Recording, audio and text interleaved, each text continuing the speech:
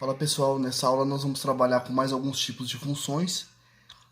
Vamos começar trabalhando com a função modular. Para isso é interessante a gente lembrar o que é o módulo de um número real. O módulo de um número real nada mais é do que a distância de um ponto até a origem. Imagine que nós tenhamos aqui uma reta real, e nela eu destaquei alguns pontos. Então, nós temos aqui a origem da reta, que é o ponto 0. Nós temos aqui o ponto 3 e o ponto menos 3. Então, se eu te perguntar qual é a distância do 0 até o 3, com certeza você vai me responder que é 3 unidades. E se eu te perguntar qual é a distância do 0 até o menos 3, você precisa lembrar que quando nós estamos falando de distância, distância é um valor sempre positivo, sempre maior que zero. Então, a distância do 0 até o menos 3 também vai ser 3 positivo. E é com isso que o módulo trabalha. O módulo é a distância de um ponto até a origem. Então, com isso, nós podemos definir o módulo da seguinte forma. O módulo de um número real, ele é o próprio número, o próprio carinha que aparece aqui dentro, se esse número for maior ou igual a zero, que é o primeiro caso aqui, ó. O 3 é positivo, então o módulo de 3, ou seja, a distância do 3 até a origem, é o próprio 3. Quando o número x for um número negativo, que é o que acontece aqui, ó, o módulo dele vai ser o oposto dele. Ou seja, então o módulo de menos 3 vai ser o oposto de 3. Ou seja, vai ser o oposto, por isso esse sinal de menos aqui, do menos 3, que é o próprio 3. Porque aqui, ó, menos com menos vai dar mais. Tudo bem? Essa é a definição de módulo. O módulo de um número real é o próprio número se ele for maior ou igual a zero. E o módulo de um número é o oposto dele se ele for menor do que zero. Então, em outras palavras, se o número que estiver dentro do módulo tiver o sinal de menos, você troca, ele vira positivo. Mas o que está por trás disso é exatamente essa ideia aqui, de que o módulo trabalha com distância, e distância é sempre um valor positivo. Então, o que é uma função modular? Uma função modular, de novo, é uma função que sai dos reais e chega no conjunto dos números reais, e ela associa a cada elemento do domínio. Para cada carinha que eu pego aqui no domínio, ela associa um elemento aqui no contradomínio, que é o elemento f de x igual ao módulo de x. O módulo de x ele é representado por essas duas barrinhas verticais. E como é o gráfico da função módulo de x? O gráfico da função módulo ele tem essa cara aqui, ó. Por que o gráfico não aparece aqui na parte negativa? Ó? Se você observar, a parte negativa aqui não tem elementos. Por quê? Exatamente pelo fato do módulo de x ser sempre um valor positivo. Então, por exemplo, assim, ó, se eu pego aqui, por exemplo, o ponto 1, quem que é o módulo de 1? O 1 não é positivo? O módulo de 1 vai ser o próprio 1. Então, vai ser esse cara aqui, ó. Então, esse cara aqui é o módulo de 1. Então, tem esse ponto aqui associado ao gráfico da função. Agora, se eu pego o menos 1. Se o x é igual a menos 1, quem que é o módulo de menos 1? O módulo de menos 1, pela definição, se o x é negativo, o módulo dele é o oposto dele, ó. Então vai ser menos 1, que é o próprio 1. Então esse ponto menos 1 também faz parte da função, ó. Se eu pego 2, o módulo de 2 vai ser o próprio 2. Então esse cara aqui, ó. Mas se eu pego o menos 2, o módulo de menos 2, de novo, ó. O módulo de menos 2 vai ser o oposto dele, então vai ser menos 2, que é igual a 2. Então vai ser esse cara aqui, ó. Vai passar lá em cima a função, mas seria esse cara aqui, mais ou menos, ó. Certo? Então é assim que nós esboçamos o gráfico de uma função módulo. Ele tem essa característica aqui, ó. Agora nós vamos ver algumas outras características que a função módulo tem. O gráfico da função módulo ele pode ser deslocado ou para cima, ou para baixo, ou para a esquerda ou para a direita. Quando que eu sei quando acontecem essas translações, esses deslocamentos? No primeiro exemplo, nós temos aqui, ó, a função f de x igual ao módulo de x mais uma certa constante. Então, ó, se esse k for igual a 1, por exemplo, se esse k for igual a 1, nós teremos a função f de x igual ao módulo de x mais 1. Então, isso significa que esse gráfico, ó, quando o k está fora do módulo, se ele estiver aqui, ó, fora do módulo, como nesse primeiro exemplo, então nós vamos ter um deslocamento na vertical, para cima. Então eu vou deslocar k unidades para cima. No nosso exemplo aqui, ó, se eu escolher o k igual a 1, isso significa que a função módulo de x mais 1, como 1 está fora do módulo, eu vou deslocar esse gráfico para cima em uma unidade. Então, ó, em uma unidade. E se eu escolhesse o k igual a 10? O gráfico seria deslocado para cima 10 unidades. Ah, e se eu escolhesse o k igual a π? O gráfico seria deslocado para cima em π unidades. Lembrando, isso acontece quando eu somo uma constante fora do módulo, tá bom? E quando eu subtraio uma constante fora do módulo? Aí o gráfico é deslocado na horizontal. Quando eu subtraio uma constante fora do módulo, o meu gráfico é deslocado na horizontal exatamente k unidades. Vamos pegar o k igual a 3 aqui, ó. Se eu escolho o k igual a 3, isso significa que eu vou deslocar o gráfico da função módulo para baixo em 3 unidades. Beleza? Então aqui a minha função seria f de x igual a módulo de x menos 3. De novo, estou subtraindo um cara fora do módulo. Então se ele está fora do módulo e eu estou subtraindo, isso significa que eu vou deslocar o meu gráfico, eu vou transladar o meu gráfico 3 unidades para baixo. Se eu tivesse escolhido menos 5, eu deslocaria 5 unidades para baixo. E assim sucessivamente. E quando eu subtraio alguém dentro do módulo, o que acontece? Nesse caso, o gráfico vai ser deslocado para a direita, em k unidades. Então vamos pegar aqui um k igual a 2. Se o k igual a 2, a minha função módulo vai ser a seguinte, ó, f de x igual ao módulo de x menos 2. Então a minha função vai ficar f de x igual ao módulo de x menos 2. Isso significa que eu vou deslocar o meu gráfico para a direita em 2 unidades. Então aqui, ó, esse ponto aqui vai ser o ponto 2. Então, de novo, quando eu subtrair um cara dentro do módulo, a minha função ela vai ser deslocada para a direita exatamente em k unidades. Como nesse exemplo eu escolhi o k igual a 2, isso significa que eu deslocaria o gráfico para a direita em 2 unidades. Tudo bem? E quando eu somo um cara dentro do módulo? Quando eu somo um cara dentro do módulo, o meu gráfico vai ser deslocado para a esquerda em k unidades. Beleza? Então vamos pegar um exemplo aqui. Se eu escolho o k aqui igual a 5, a minha função ela vai ficar da seguinte forma. F de x igual a módulo de x mais 5. Nesse caso aqui, eu pegaria a função módulo de x e deslocaria ela para a esquerda em 5 unidades. Tudo bem? Então esse k aqui seria igual a 5.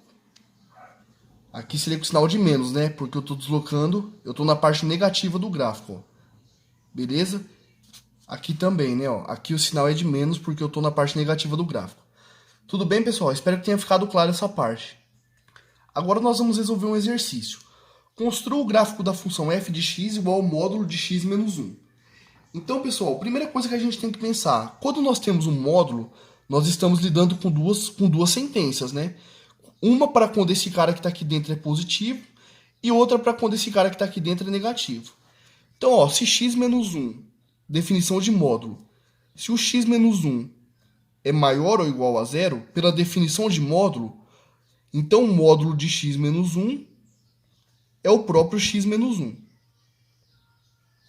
Por outro lado, se o x menos 1 for menor do que zero, pela definição de módulo, quando o cara que está dentro do módulo é negativo, então o módulo desse cara, o módulo de x menos 1, vai ser o oposto dele.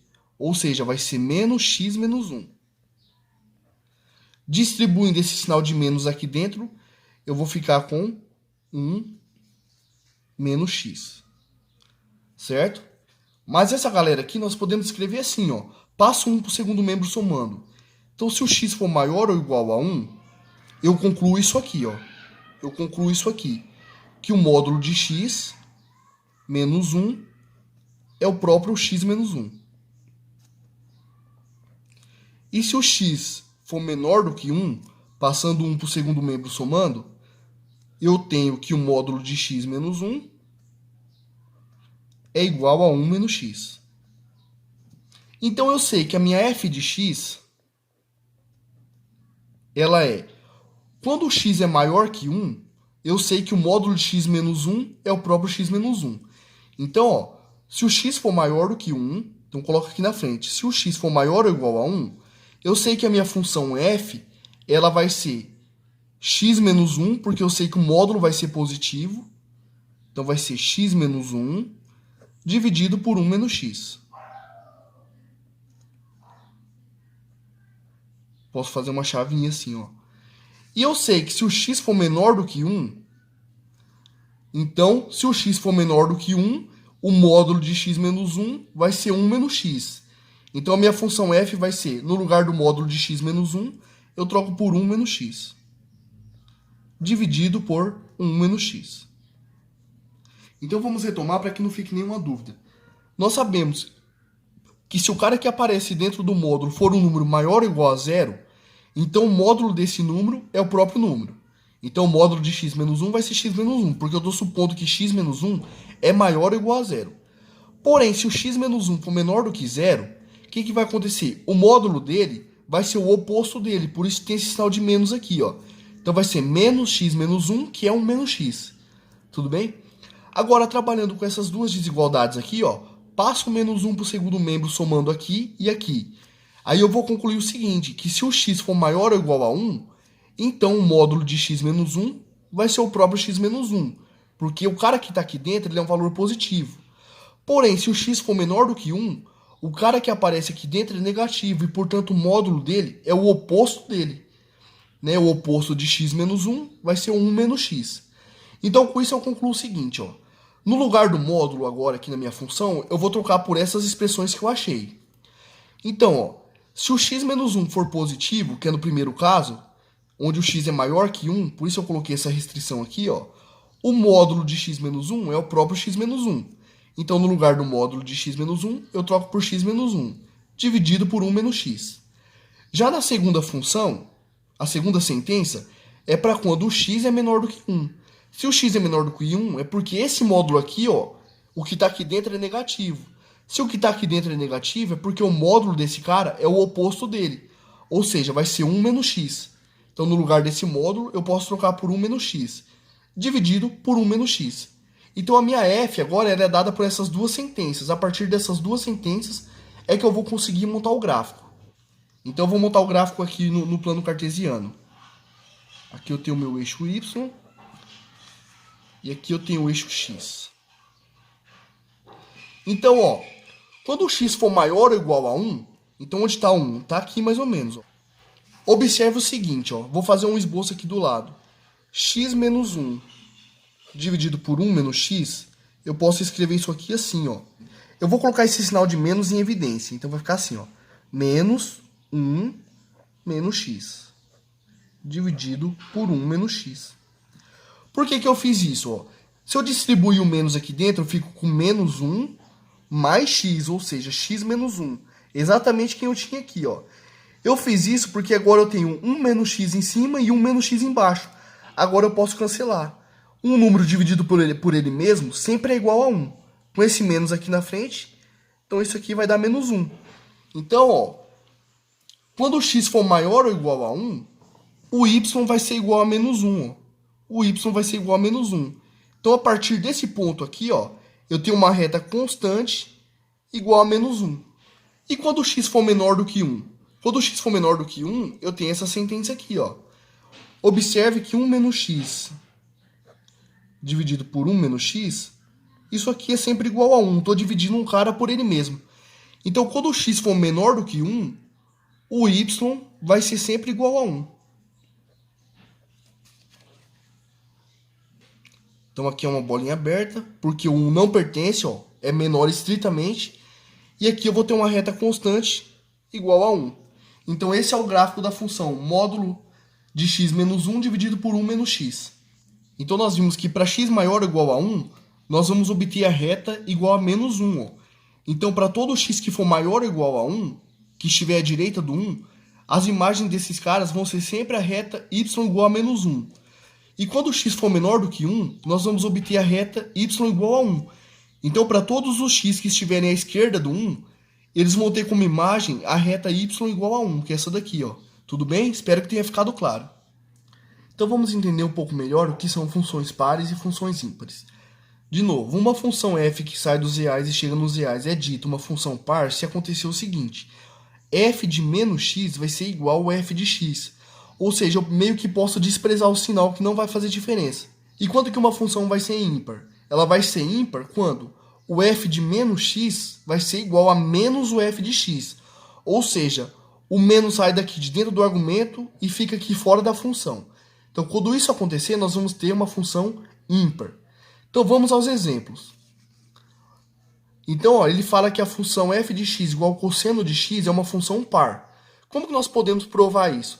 Nós podemos provar isso utilizando o ciclo trigonométrico. Ó. Até na lista de exercícios eu dei essa sugestão para vocês. Nós sabemos que o cosseno está localizado no eixo horizontal.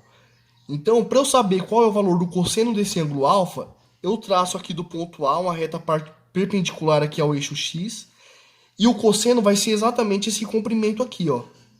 Esse cara aqui é o cosseno de alfa.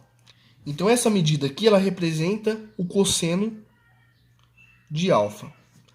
Porém, para eu saber o valor do cosseno de menos alfa, eu faço a mesma coisa. Eu parto do ponto B, perpendicular aqui ao eixo x. Agora, observe que o valor do cosseno de menos alfa é o mesmo do cosseno de alfa. Então, eu concluo aqui, ó, que o cosseno de alfa é igual ao cosseno de menos alfa. E eu posso chamar esse cosseno de alfa aqui de uma função f, ó, um f de alfa. E eu estou concluindo que o f de alfa é igual ao f de menos alfa. Veja se isso não é exatamente a definição de função par. F de um cara igual a f de menos esse cara. Olha aqui, f de um cara igual a f de menos esse cara. Logo, f de x igual ao cosseno de x é uma função par. Basta utilizar a definição e o ciclo trigonométrico que a gente conclui facilmente que a função cosseno é uma função par. Tudo bem? No exemplo 2 aqui, pede para mostrar que a função f de x igual a x ao cubo é uma função ímpar. É bem trivial também, é bem fácil, basta utilizar a definição. Então, ó, o que tem que acontecer para uma função ser uma função ímpar? Definição. F de menos x tem que ser igual a menos f de x. Então, ó, f de menos x tem que ser menos a f de x. Quem que é a f de menos x? Basta eu vir aqui no x e trocar por menos x. Então, ó, f de menos x é menos x elevado ao cubo. Como o expoente é ímpar, o sinal de menos preserva. Se o expoente fosse par, aqui viraria um mais. Mas como o expoente é ímpar, o sinal de menos vai preservar. Então, isso aqui vai ficar menos x elevado ao cubo. Porém, ó, eu posso colocar esse menos. Quem que é x ao cubo? Não é exatamente a f de x? Sim. Então, isso aqui vai ficar menos a f de x. Então, ó, eu estou concluindo que f de menos x é exatamente menos f de x. O que isso prova? Que a função f é uma função ímpar. Cheguei nisso aqui, ó, f de menos x igual a menos f de x. Logo, f é uma função ímpar. Agora nós vamos para uma nova classe de funções, que são as funções injetoras, sobrejetoras e bijetoras. Então, ó, função injetora. O que vem a ser uma função injetora? De novo, uma função f dos reais nos reais é dita injetora se, para todo x1 e x2 pertencentes ao domínio da função, se eu pegar x1 diferente de x2, o que tem que acontecer? O f de x1 tem que ser diferente do f de x2. Ou seja, pontos diferentes do domínio vão levar em pontos diferentes da imagem. Tudo bem? Eu não posso ter dois pontos diferentes do domínio levando em um mesmo ponto da imagem. Se isso acontecer, nós não temos uma função injetora. Um exemplo clássico de funções que não são injetoras são as parábolas. Por quê? Ó? Imagina que eu tenho aqui uma parábola, desenho qualquer de uma parábola. Observe que se eu pego esse x1 aqui, ó, e esse x2, eu estou pegando caras diferentes no domínio, só que, ó, o que está acontecendo? Eles estão levando na mesma imagem. Então, eu peguei caras diferentes do domínio que estão levando na mesma imagem. Para uma função ser injetora, isso não pode acontecer. para quaisquer dois pontos distintos que eu pegar no domínio, eles têm que ser levados em imagens diferentes. Uma outra forma de se provar que uma função é injetora é essa daqui, ó, é uma forma equivalente à primeira. Então, se eu pego dois caras iguais na imagem, então os seus pontos do domínio têm que ser iguais. Então, recapitulando. Se eu pego dois pontos diferentes do domínio, as imagens têm que ser diferentes. Agora, se eu tenho duas imagens iguais, eu tenho que concluir, obviamente, que os pontos do domínio referentes a essas imagens também têm que ser iguais. Aí nós temos aqui um exemplo. Ó. A função f de x igual a 2 elevado a x é injetora. Como que a gente prova isso? Eu vou usar essa segunda definição aqui. Ó. Sempre que é para provar que uma função é injetora, essa definição aqui é mais fácil para fazer isso. Então, ó, eu vou supor que o f de x1 é igual ao f de x2. Então, quem que é o f de x1? No lugar do x, eu troco por x1. Então, eu tenho que o f de x1 ele vai ser 2 elevado a x1. Por outro lado, o f de x2 ele vai ser 2 elevado a x2. Se eu faço f de x1 igual ao f de x2, ó, f de x1 igual ao f de x2, eu concluo que o 2 elevado a x1 tem que ser igual ao 2 elevado a x2. E aí, o que eu concluo com isso? Propriedades de potências. Ó. Quando eu tenho potências de mesma base, ó, por exemplo, a elevado a um certo m igual a elevado a n, quando eu tenho igualdade entre potências de mesma base, isso significa que os expoentes têm que ser iguais. Ou seja, o m tem que ser igual ao n. E aqui eu tenho ó, potências de mesma base e uma igualdade. Então, utilizando essa propriedade, eu concluo que o x1 tem que ser igual ao x2. Isso era exatamente o que eu queria provar, né? Ó. Eu peguei f de x1 igual a f de x2 e mostrei que o x1 é igual ao x2. Ou seja, eu peguei duas imagens que são iguais e mostrei que os pontos do domínio referentes a essas imagens também são iguais. Certo? Então, logo a função f é injetora. Então vamos aprender agora o que é uma função sobrejetora.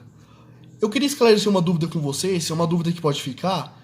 Por exemplo, o domínio sempre tem que ser o conjunto dos números reais e a imagem sempre e o contradomínio sempre tem que ser o conjunto dos números reais?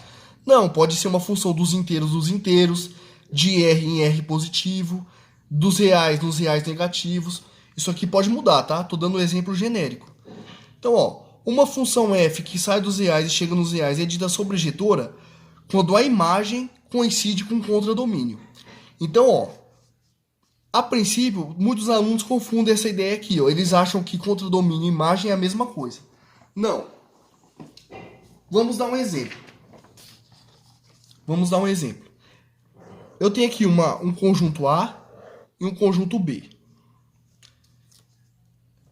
Aqui é o conjunto A e aqui é o conjunto B. Aqui eu tenho os elementos A, B, C e D. E aqui eu tenho os elementos, por exemplo, 1, 2, 3, 4, 5, 6 e 7. Observe que, por exemplo, eu posso ter essa função aqui, ó, uma função f que associa os seguintes elementos.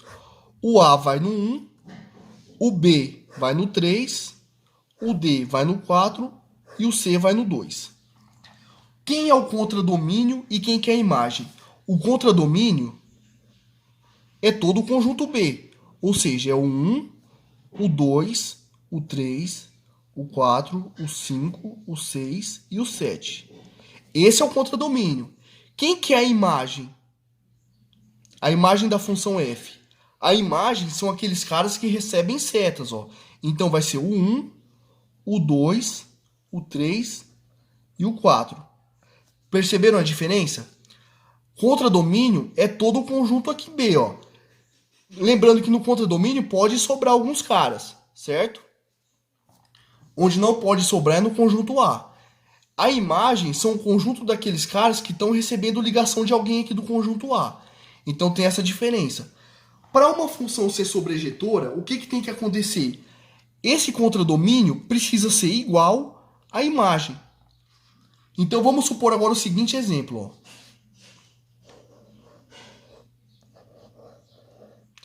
Aqui eu tenho o A, o B, o C, o D, o E, o F e o G. E aqui eu tenho o 1, o 2, o 3, o 4, o 5, o 6 e o 7. Só para a gente entender. Agora eu tenho aqui uma função f e o a leva no 1, por exemplo, o b leva no 2, o c leva no 3, o d leva no 4, o e leva no 5, o f no 6 e o g no 7. Agora observe que o contradomínio é o conjunto formado por todos os caras do conjunto B e a imagem também é o conjunto de todos os caras formados pelo conjunto B, porque todo mundo do conjunto B está recebendo seta. Nesse caso, a imagem é igual ao contradomínio. A imagem da função é igual ao contradomínio da função. Quando isso acontecer, aí nós vamos ter uma função sobrejetora. Foi o que eu fiz aqui, ó. Aqui nós temos um conjunto formado por A, B, C, D e E aqui um conjunto B formado por A', B', C', D' e E'. Agora observe o seguinte, ó. O A está levando no C', o B está levando no B', o C está levando no C', o D no A' e o E no D'. Porém, o E não está recebendo seta de ninguém. Quando isso acontece, nós não temos uma função sobrejetora. Mas imagine que nós tenhamos aqui um elemento F, e esse F ele está levando lá no E'. Lá no E'. Agora sim, eu tenho todo mundo do conjunto B recebendo setas. Nesse caso, o contradomínio está sendo igual à imagem. E aí sim eu tenho uma função sobrejetora. Então aqui, ó, F é sobrejetora. Então lembrando, o que é uma função sobrejetora? A imagem tem que coincidir com o contradomínio. Ou seja, não pode sobrar ninguém no conjunto B sem receber seta do conjunto A. Beleza? Quando isso acontecer, a função vai ser sobrejetora. E o que é função bijetora? Uma função vai ser bijetora, uma função de R em R vai ser bijetora, quando ela for injetora e sobrejetora. Se ela for sobrejetora e injetora, ela vai ser bijetora. Se ela for injetora e não for sobrejetora, não é bijetora. Da mesma forma que se for sobrejetora, mas não for injetora, não é bijetora. Para ser bijetora, tem que ter as duas condições satisfeitas. Tem que ser injetora e sobrejetora. Então vamos entender agora um pouquinho melhor o que é uma função composta.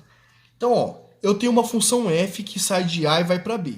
Então eu tenho uma função f aqui que sai do conjunto A e vai para o conjunto B. E uma g que sai do conjunto B e vai para o conjunto C. Então eu tenho aqui uma função g que sai de B e vai para C.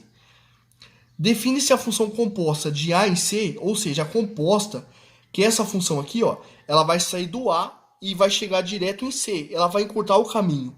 Então, ó, ela é definida por g bola f de x ou g de f de x.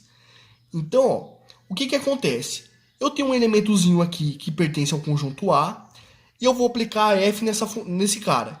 Então, quando eu aplicar f nesse cara, eu vou chegar no conjunto B, que vai ser o contradomínio da função f, e eu vou ter aqui um elemento f de x. Mas eu ainda tenho uma função g. Quando eu aplico a função g nesse cara, eu vou conseguir o elemento aqui no contradomínio de C, que é o g de f de x. E esse g de f de x é o que a gente chama de composta da função f com a função g. É a função que eu defini como h igual a g bola f de x, que é igual a g de f de x. E essa função g bola f, ela sai aqui direto do A e vem aqui para o C. Vocês vão ver que na prática é fácil de entender como que isso acontece. Então, ó, vamos fazer um exemplo. Sejam as funções reais definidas por f de x igual a x ao quadrado mais 4x menos 5 e g de x igual a 2x menos 3. Aí o que ele pede? A lei de formação da função f bola g e da função g bola f. A f bola g nada mais é do que o primeiro, f, aí você abre parênteses e faz o g de x. E a segunda, ó, é a primeira, abre parênteses, aí você coloca a segunda, tudo bem? Então o que é o f bola g? É o f da g de x, ó. Primeiro eu pego a primeira e aplico, depois eu aplico a segunda. Então vai ficar f de g de x. E g bola f, primeiro eu pego a primeira função, que é o g, depois eu aplico a f no ponto x. Certo? Então é isso que a gente tem que fazer só. Então, ó, quem que é o f do g de x? Aqui eu tenho f de x igual a x ao quadrado mais 4x menos 5. O que acontece se eu trocar o x por g de x? Então vai ficar assim, ó, f de g de x igual. No lugar do x eu vou colocar o g de x. Então vai ficar g de x ao quadrado mais 4 vezes o g de x menos 5. Então, ó, quem que é o g de x? O g de x é 2x menos 3. Então isso aqui vai ficar assim, ó. F de 2x menos 3. Isso aqui igual 2x menos 3 elevado ao quadrado mais 4 vezes 2x menos 3 menos 5. E agora é só desenvolver esse quadrado e fazer distributiva. Isso eu vou deixar como atividade para vocês. Tudo bem? Desenvolva esse quadrado, faça essa distributiva e você vai determinar quem que é f da g de x. Já no segundo caso, nós temos g de f de x. Então nós temos o seguinte, ó. Agora vem aqui na função g, o que acontece se eu trocar o x por f de x? Eu vou ficar assim, ó. G de f de x igual a 2 que multiplica f de x menos 3. Então eu concluo que o g de f de x vai ser igual a 2. Quem que é o f de x? O f de x é toda essa galera aqui, ó. Então no lugar do f de x eu vou trocar por x ao quadrado mais 4x mais 5. Só que eu tenho esse menos 3 aqui ainda, né? Menos 3. Então eu concluo que o g de f de x, mas f de x é toda essa galera. Então g de x ao quadrado mais 4x mais 5, isso aqui vai ser igual. Vamos fazer distributivo aqui, ó. Multiplico 2 por todo mundo que está dentro do parênteses. Então vai ficar assim, ó. 2x ao quadrado mais 8x mais 10 menos 3. E aí eu concluo o seguinte, que o g de x ao quadrado mais 4x mais 5 vai ser igual a 2x ao quadrado mais 8x, 10 menos 3, 7, mais 7. Então essa aqui é a g da f de x. Então é isso aí, pessoal. Espero que vocês tenham compreendido. Espero que a aula tenha ajudado vocês. Tenha dado um suporte para vocês conseguirem resolver as listas. É isso aí. Valeu. Até a próxima aula.